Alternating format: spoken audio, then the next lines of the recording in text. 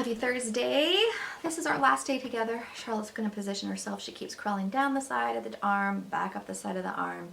We are on chapter 7 today. I hope you've had a good week so far. I hope that the rain has found you inside doing something fun. I hope that, you have a super good day. I hope that for you every single day. And with that, let's get to chapter 7, my favorite number.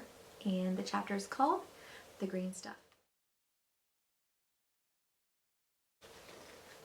It was Grandma's idea to take Fudge to Washington, D.C., right, Charlotte? To the Bureau of Printing and Engraving. Let him see the green stuff hot off the press, she said to Dad, while the two of them were doing the dinner dishes. What green stuff? Fudge asked. They thought he was safely tucked into his bed, but I'd see him crawl under the kitchen table where he was listening to every single word. Fudge, what are you doing under the table? Mom asked on her way back from putting Tootsie to sleep. You're supposed to be in bed. I can't go to bed until I know about the green stuff. What green stuff? Mom asked. I don't know, Fudge said. That's what I'm trying to find out. The green stuff is money, Grandma explained. Oh, money, Fudge said. I love money. We know, I told him. Are you going to cook some money? He asked Grandma, laughing. Grandma laughed at him and then shook her head. You don't cook it. The government prints it.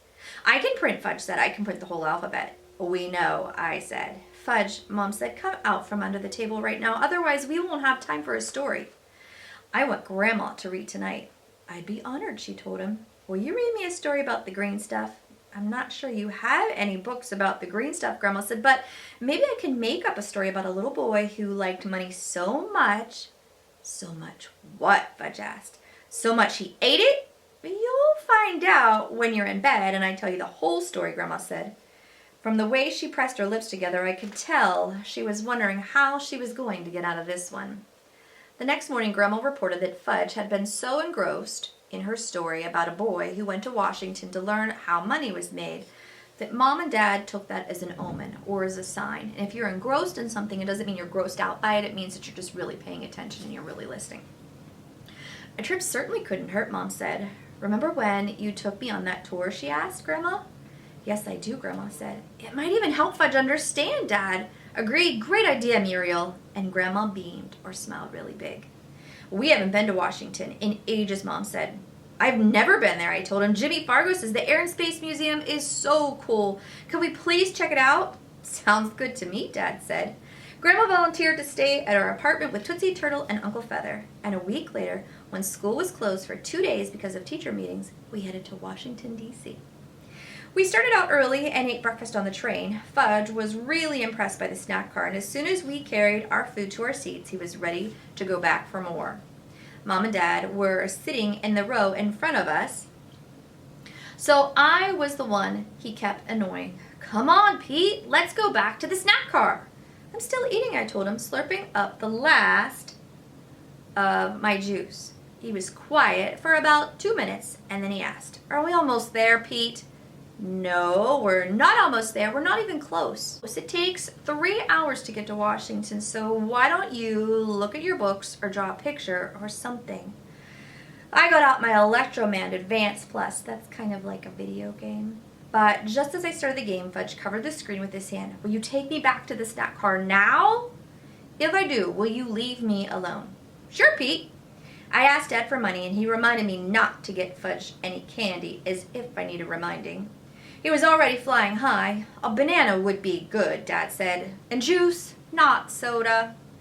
The snack car was 3 cars forward. Fudge had already learned to open the doors between the cars by kicking the door open plate at the bottom of each door. He liked the whoosh of the air as he raced from car to car. This is so fun, Pete. I wish I could ride the train every day. We ride subways, I reminded him. But there's no snack car in the subway, and the seats aren't soft, and when you look out the window, it's all dark. That's because the subway is an underground train? Wow, Pete, I never knew that. Well, now you know. William says learn something new every day, and I snorted. William is smart, Pete. He's the smartest teacher in the world. Sure he is, I thought. Fudge got a banana and a juice box at the snack car. While I paid, Fudge peeled all the skin off of his banana and shoved half of it into his mouth. His cheeks puffed out, and he couldn't talk. His mouth was so full. He insisted on carrying the little cardboard box that held the rest of the banana and his juice box. But on the way back from the snack car, the train swerved and Fudge lost his balance. He flew into the lap of a woman in a red suit and coughed out the gooey, half-chewed banana all over her clothes. Ugh. "Get off of me," she shouted. "Someone get him off of me." And she shoved Fudge off her lap as if he were a slobbering dog or worse. "Oh," she cried, "look at what you've done. You've ruined my suit." She turned to the man across the aisle. "Can you believe this? And I've got an appointment at the White House." She glared at Fudge, who was picking himself up off the floor. "You know who lives at the White House?" she asked him. "The president," Fudge said. "That's right. And I'm going to tell him exactly how I got these stains on my suit." She jumped up and marched to the rear of the car where there was a restroom. "Tell him it was the banana," Fudge called, "and tell him my name too. It's Farley Drexel Hatcher, but he can call me Fudge." I grabbed him and pulled him back to our seats. No way was I ever taking him to the snack car again. When we finally got to Washington, our first stop was the tour of that Bureau of Printing and Engraving. That's where the green stuff is printed. There were about 20 other people in our group. Our tour guide's name was Rosie. She had dark eyes, reddish hair, and big teeth. Before our official tour began, Rosie told us some of what we'd be seeing during our tour. Fun facts, she called them. I decided to write her fun facts in my notebook in case any of my teachers ever assigned a report on U.S. currency or money. Fun fact number 1, Rosie said.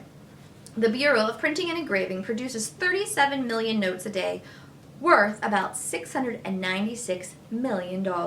Fudge raised his hand and asked, "Are notes the same thing as bucks?"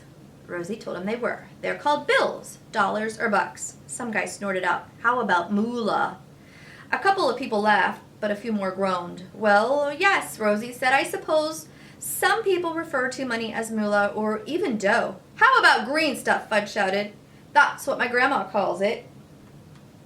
This time, almost everyone in our group laughed. Any minute I thought Fudge would take a bow, but Rosie kept checking her watch and asked the group to hold their questions and comments until she was finished running through all of her fun facts. Then she led us through the metal detector. Fudge asked if we were getting on a plane.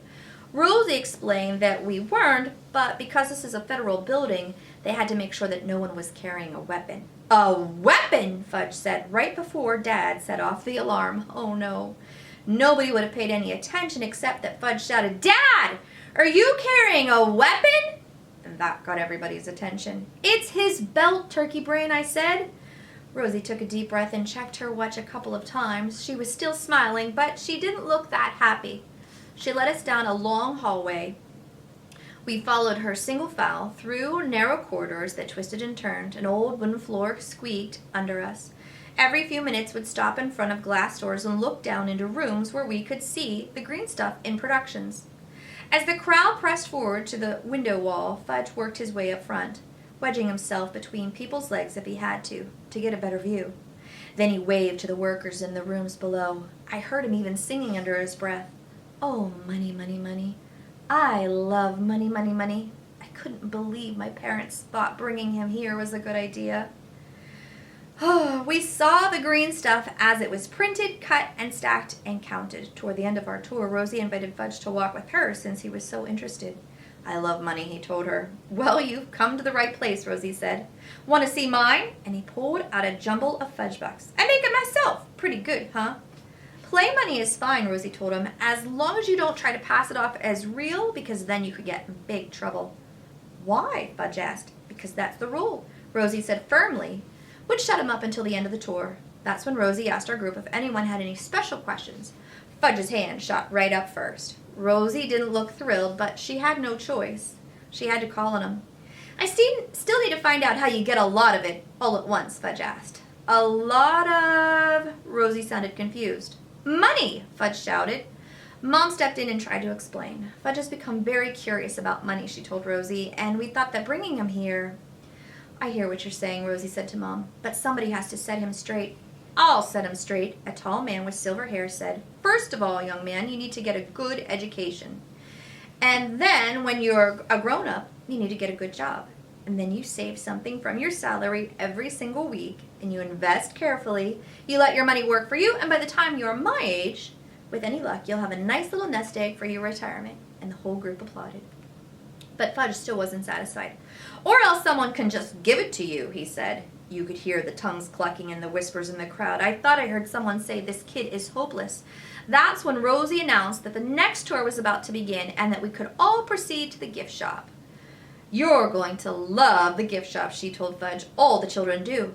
Gift shop? Mom said. Warren, did you know there was a gift shop? Dad groaned. Oh, what do you think Fudge is going to buy at that gift shop? I can only imagine. But our next chapter is called Cousin Coincidence. And this girl has been all up, down, and around everywhere. I'm going to squeeze my leg over so she can tell you goodnight.